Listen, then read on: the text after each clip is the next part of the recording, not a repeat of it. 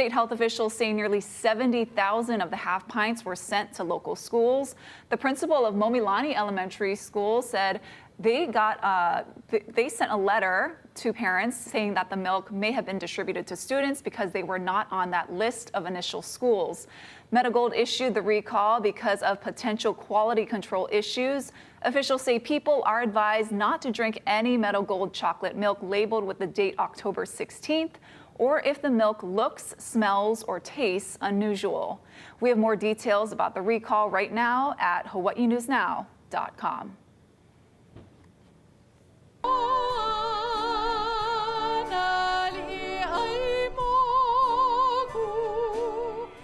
A major milestone for Honolulu's rail project. A blessing was held this morning for the second segment of Skyline.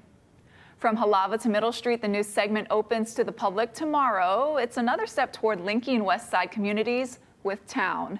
Casey Lund has more on how the expansion changes your commute and what's next for the project.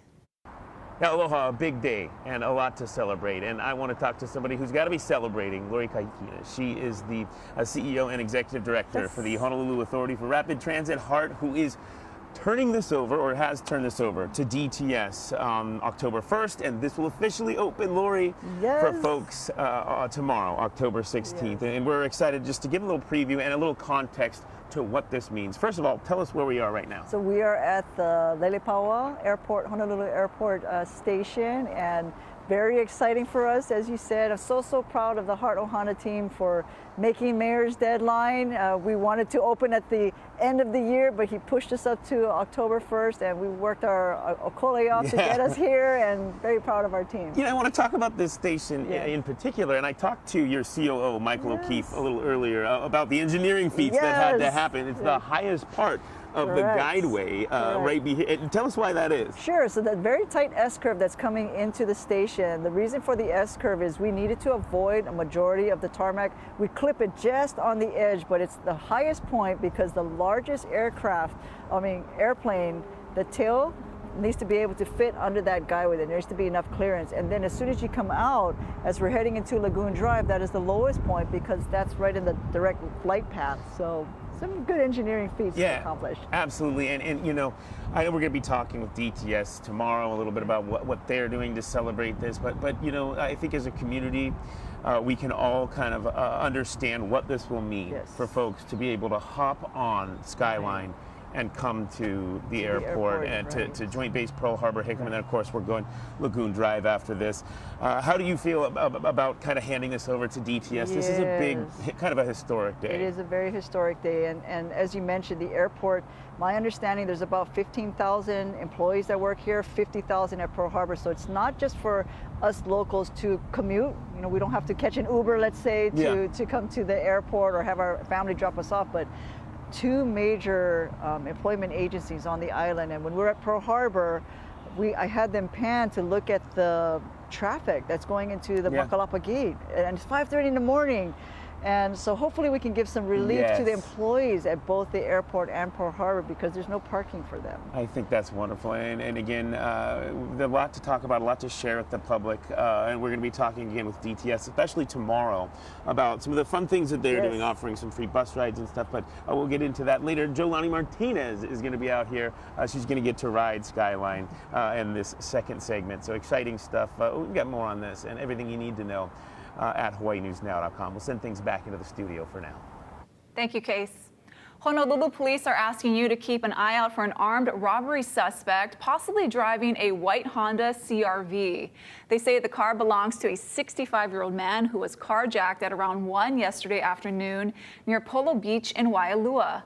HPD says the gunman forced the victim to drive toward Waialua High School, where he then robbed him and kicked him out of the vehicle.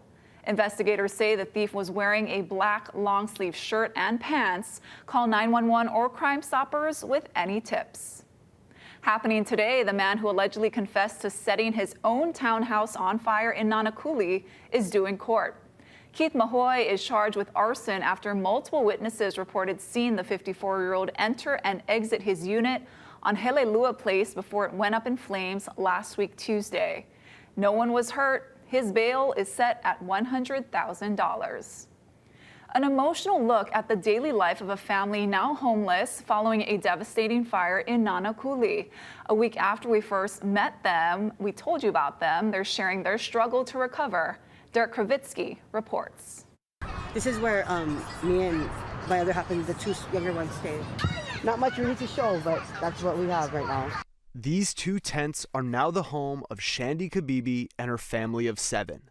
They've been living on this West Oahu shoreline after flames gutted their home 2 weeks ago. I'm not hungry. Under a donated tarp, Kabibi's 2 young sons play on donated tablets, a distraction from the uncertainty. My kids, they hate it. They're miserable. You know, they're not used to this. They always ask to go home, which we can't do right now. With speeding cars on Farrington Highway and large homeless encampments just feet away, Kabibi is concerned for her children's safety. We're hoping and praying that we're not out here too much longer. Kabibi is grateful for friends, family, and the Waianae Assembly of God Church, who've donated essentials, including a generator for lights, a propane stove to cook, and a cooler for their food.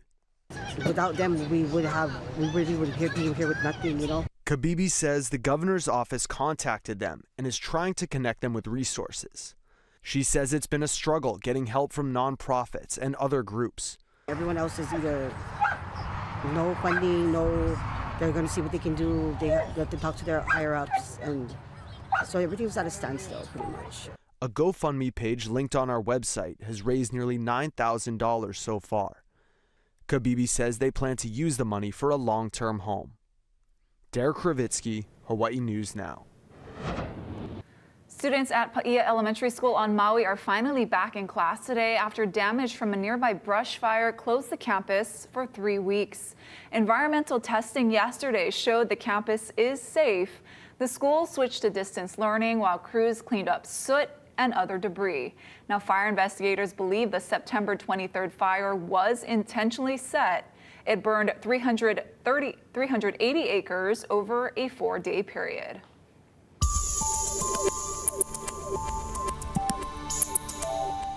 And good afternoon, everybody. Here's a quick look at our first alert radar and satellite. Of course, typical weather out there right now. We've got some upper level clouds moving over parts of western Maui County, but all eyes are on this upper level disturbance. You can even start to see a few lightning strikes on the satellite scan. We're watching to see this continue to move off to the southwest, closer to the western half of the state over the next couple of days, and we could be seeing some scattered pockets of heavy rainfall and a few rumbles of thunder out there. Our first alert futurecast going forward, you can see a lot of showers and rainfall activity just north of Kauai and Oahu out there. As we're going into Thursday afternoon and Thursday morning, we're still seeing some rainfall out there. Really, Thursday night into early Friday morning is the best chance for heavy rainfall. I'll give you the full breakdown of this coming up. Kaiser Permanente nurses and other staff are back on the picket lines today as a strike continues at hospitals and clinics across Hawaii and other states. 1,900 in Hawaii have joined tens of thousands of Kaiser workers striking mainly in California and Oregon. Workers, including hospital aides, lab assistants, and housekeepers, are demanding wages and staffing levels comparable to those on the continent. Unite Here Local 5 says mainland counterparts are paid up to 30% higher than workers in Hawaii. Contract negotiations have been going on since April. The company says hospitals, emergency departments, and most clinics will remain open during the strike, though some pharmacy and lab locations will be closed. It is day 15 of the government shutdown. Thousands of workers have only received partial paychecks, and soon there will be no checks at all. Frustration is growing while the impasse on a spending bill continues. Erica Brown has more from Capitol Hill. After her last paycheck failed to arrive as scheduled, Army First Sergeant Tiffany Doby says she's now applying for a loan from her credit union. I have bills due on the 15th. I have bills due on the 1st. 3 children to take care of. The Trump administration says service members will be compensated today after it rearranged Pentagon funds, but it's unclear how long those funds will last. If the Democrats continue to vote to keep the government closed, as they have done now so many times, then we know that U.S. troops are going to risk missing a full paycheck at the end of this month. The deadlock has extended the shutdown into a third week, with Democrats demanding concessions on health care, including extending Affordable Care Act subsidies and reversing cuts to Medicaid. Iowa mother Jonna Higgins-Fries has 2 children with chronic illnesses and relies on Medicaid. I don't know why we let Republicans waste our time saying that we can't provide health care for everyone. Here on Capitol Hill, some Democrats are also taking aim at the Trump administration's bailout for Argentina and the stalemate over funding. The Trump administration is giving $20 billion to bail out a right-wing wannabe dictator in Argentina. But Republicans are unwilling to spend a dime to provide affordable health care to working-class Americans. The shutdown continues to impact air travel, with some airports reporting delays and cancellations, while air traffic controllers receive only partial pay. It's already a stressful job without having to add on top of it when you're going to get paid. Last week, federal agencies started firing workers as the shutdown continues. Today, a federal judge has ordered an emergency pause to the layoffs. Erica Brown, CBS News, Capitol Hill. Here at home, the state says it detected a possible case of avian flu in a sick duck found at UH Manoa last week. The state health department says the risk to humans is low, but the state is monitoring for any signs the virus may have spread. The public and bird owners especially are urged to avoid contact with wild birds. Call the number on your screen to report any illnesses. Israelis and Palestinians worry about the ceasefire holding as families still await the return of hostages remains. I'm Natalie Brand with President Trump's warning to Hamas and what Israeli Prime Minister Benjamin Netanyahu is telling CBS News in an exclusive interview. Also ahead on This Is Now, the Falls of Clyde is finally heading for its final resting place, miles out at sea. We'll be right back.